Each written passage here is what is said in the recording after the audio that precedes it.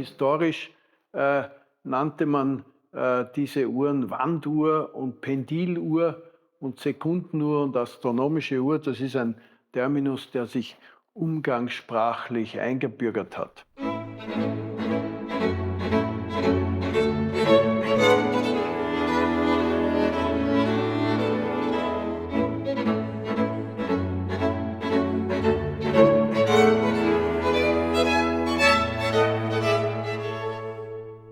Ja, willkommen auf unserem YouTube-Kanal. Mein Name ist Stefan Andrewitsch, Geschäftsführer des gleichnamigen Kunsthandels in Wien 1 in der Stallburggasse 2, spezialisiert auf Wiener Wanduhren. Heute darf ich Ihnen eine einfache Tacheluhr zeigen. Historisch nannte man diese Uhren Wanduhr und Pendiluhr und Sekundenuhr und astronomische Uhr. Das ist ein Terminus, der sich umgangssprachlich eingebürgert hat.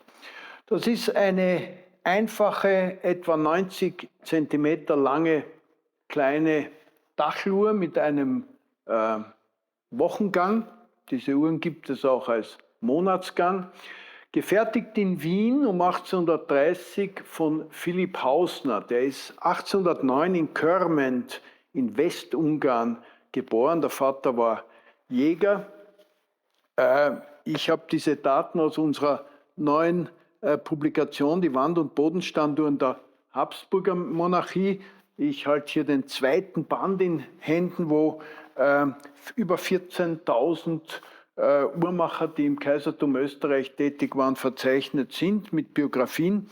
Und wenn man jetzt hier beim Philipp Hausner eben nachschaut, auf Seite 261, dann gibt es hier seine Kurzbiografie. 1832 hat er in Klagenfurt ein Patent erhalten für einen auf Schienen gezogenen Wagen. Es gab also auch Uhrmacher, die nicht nur Uhren gefertigt haben, sondern auch Erfinder waren. Er wurde 1833 Meister in Wien, Bürger. Er hat 1848 als Großuhrmacher in Wien geheiratet, war 1852 Witwer, seine Frau verstarb, er hat dann wieder geheiratet und hat in Wien in der Landstraße gewohnt und ist nach 1874 verstorben. Nun zur Uhr, die hat ein klassisches Nussholzgehäuse, das ist etwas seltener, die meisten Uhren wurden Mahagoni furniert, einen Graham-Gang, ein Gewicht und eine feine feuervergoldete Lünette. Die Uhr ist in allen Teilen original und läuft 8 Tage.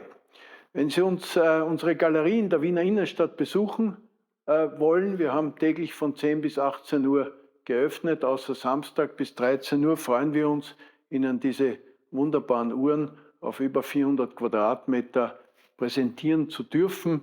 Hier sehen Sie etwa 30 Uhren, Bodenstanduhren, Laternenuhren in allen Preisklassen. Diese Uhr gehört, wir nennen das ein Einsteigermodell für Sammler, gehört zur unteren Preisklasse. So eine Uhr kostet unter 10.000 Euro.